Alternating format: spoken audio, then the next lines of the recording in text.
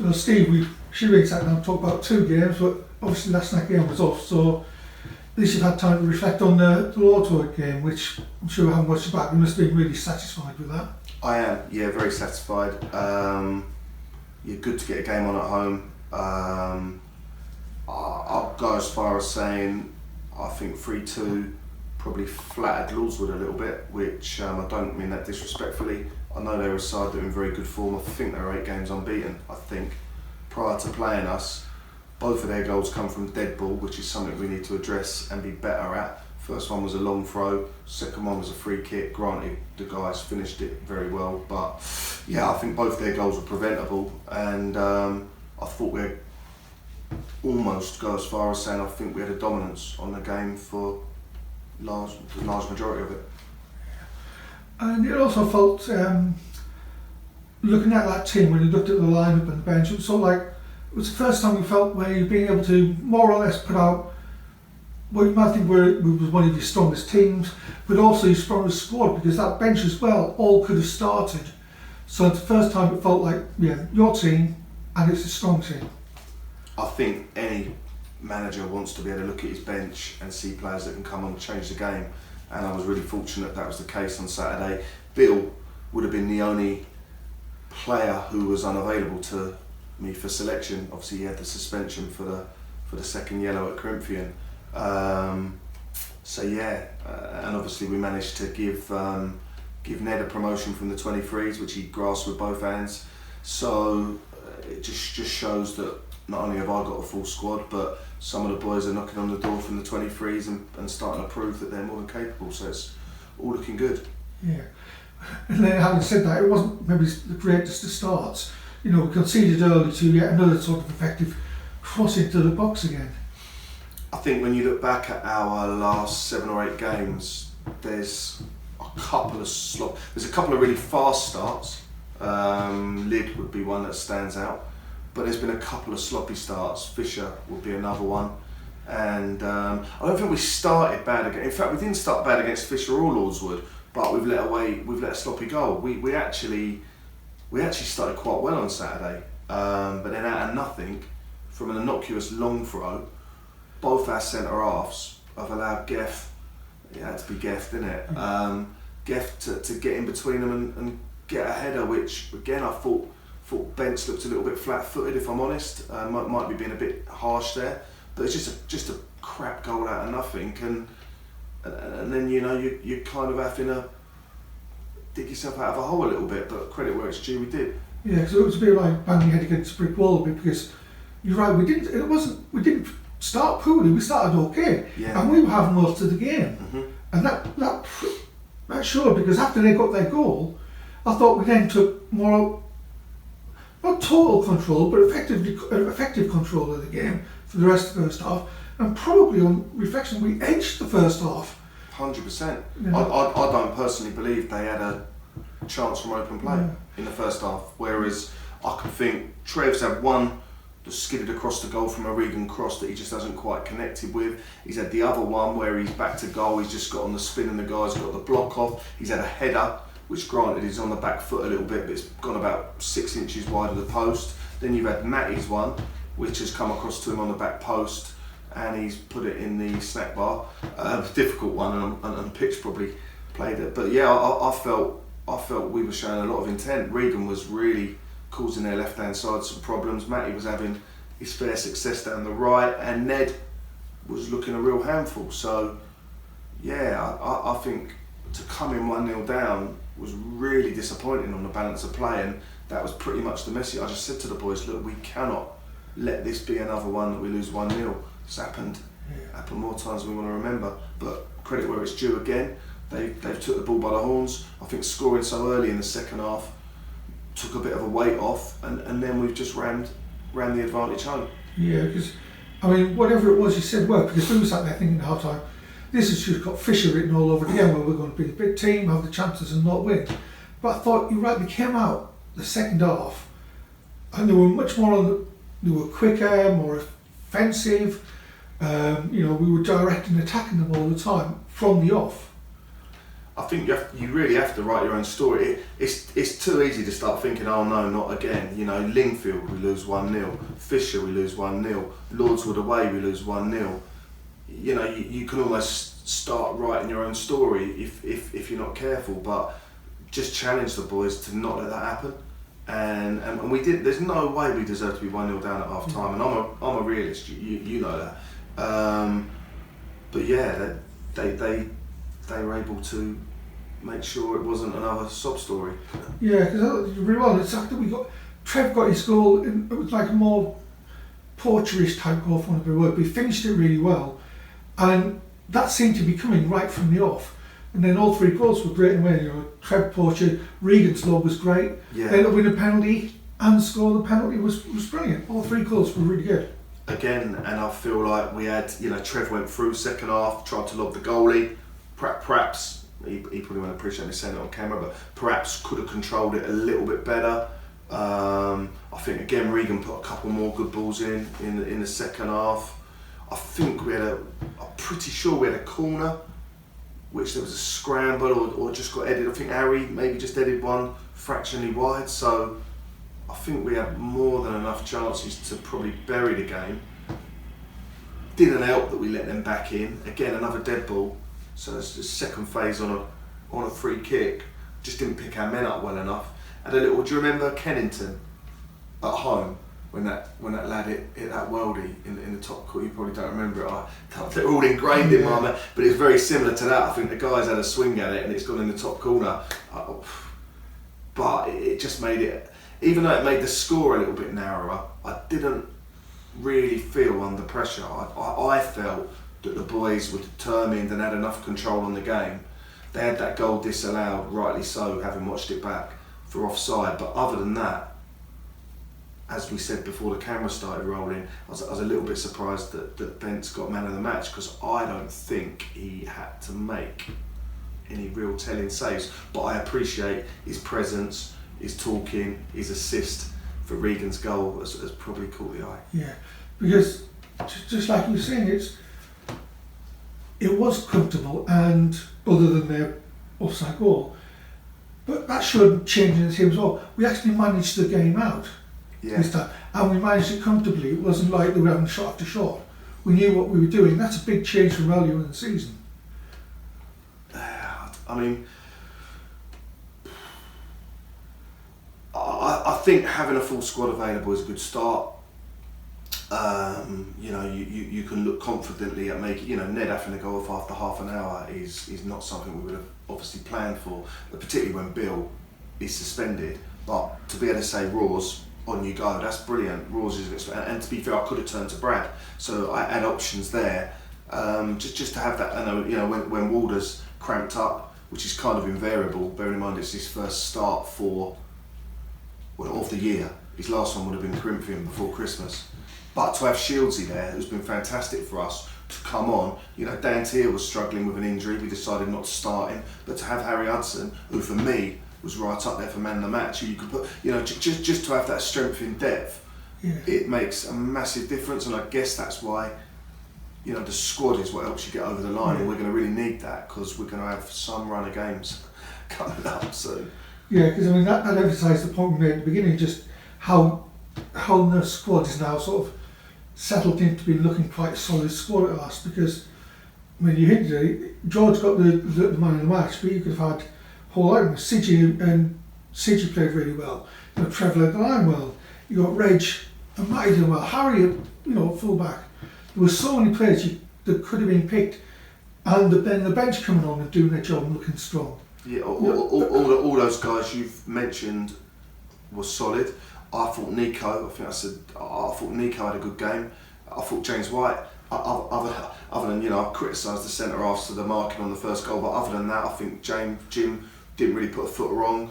Walds and Sammy as a pairing in that holding midfield role, I don't mean this disrespectfully, I don't think anyone noticed Lordswood midfield for most of the day, because Sammy and Walds were just that dominant as a protection in front of our back line. Because I think you're right, you said it wasn't just individually, it's how players play together. Yeah, it's the connections.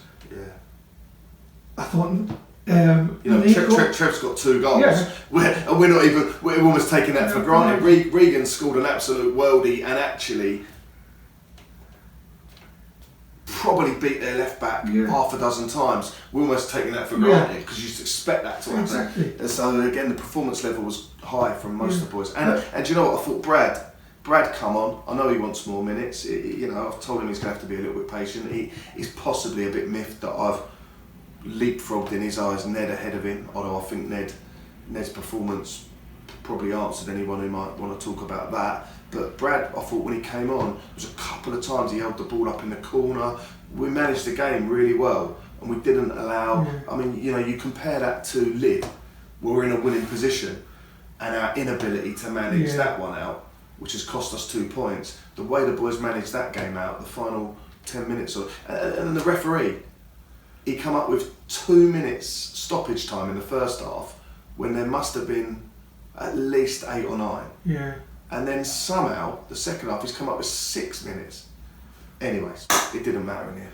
No, but it doesn't help. But you sort of schedule, I suppose, from fans' point of view, we would have picked out that Ned, that's the first time he started, and he's got big shoes to fill in Billy. And boy, I thought he'd break him. And if he played, like you said, if he managed to play the whole game, he'd have been man of the match by a mile. You must have been sat there sort of really pleased with yourself in making that selection. Look, Ned's been on. Jamie and Bailey have been talking to me about Ned since the very, very start of the season. He's trained with us a little bit, never really been able to push through. There was talk that he might be going back to America because he was on a scholarship there. Then he had Saturday work, which meant it was a bit difficult for him to commit. So he's predominantly played for the 23s, but we've had a conversation in the last 2 or 3 weeks and he's basically said that his schedule's cleared, he wants to kick on, he really wants to push the first team. And I went and watched him. Obviously he's made the bench for us last couple of games. I went and watched the 23s play Holland and Blair in their cup quarter final. Was it last Wednesday? Time flies when you're having fun. Yeah, last Wednesday. And I was so impressed with the whole team, the whole squad in fact. The energy, the commitment to run for each other. Ned was one who stood out, but in truth, they've got Ronnie and Len as 2 of the centre halves. George Stevenson, who trains us, playing in goal for them. Connor Knight, Reece Anderson, Max on the wing, Finn Hartley playing centre forward. I've missed a couple out, I apologise, but they just had such a hunger for the shirt that I just kind of thought, I really need to give some of these boys a chance. And we've tried to give them a chance throughout the season, but Ned's the latest one. And no doubt with the run of games we're going to have, although they're going to have their own run of games, I'm hoping that 3 or 4 of the names I've just mentioned will get a chance if they want it. Yeah, well, the next couple of games is going to be a tough challenge because these next 2 are Whitstable and then Erith, and actually going on past that are quite tough. But it helped to get a win, to get something behind us before we go into those games because they're going to be tough. Yeah, I mean, I think our next 5, which sees us up to Easter, is something like Whitstable, Erith, Snodland, Bearsted, Lyd. So, yeah, that's tough. But then you look at our last 8.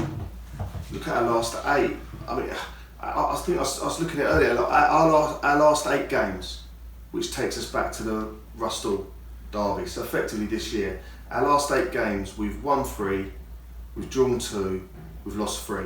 So you look at the 3 games we've lost. 2 of them are Deal away and Corinthian away. Now, even the most optimistic, staunch Tunbridge Wells supporter would probably accept that for us to get anything at Deal or Corinthian away is optimistic.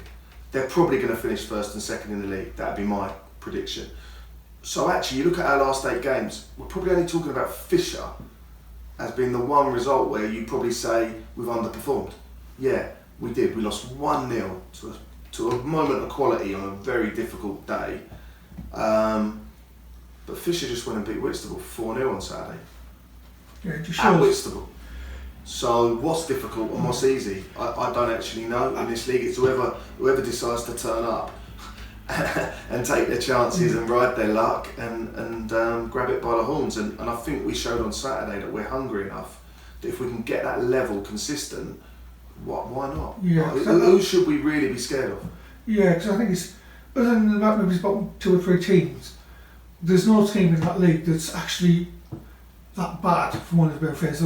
Every game is competitive, virtually, you know. Yeah, and you know, the way the fixtures have sort of fallen because of postponements, let's assuming there won't be any more, we probably have lost the ability to build momentum against some of the teams you might have thought on paper we had more chance of winning points against. But again, who's to say? I look at Rostall, you know, they're investing heavily in their push to finish the season strong.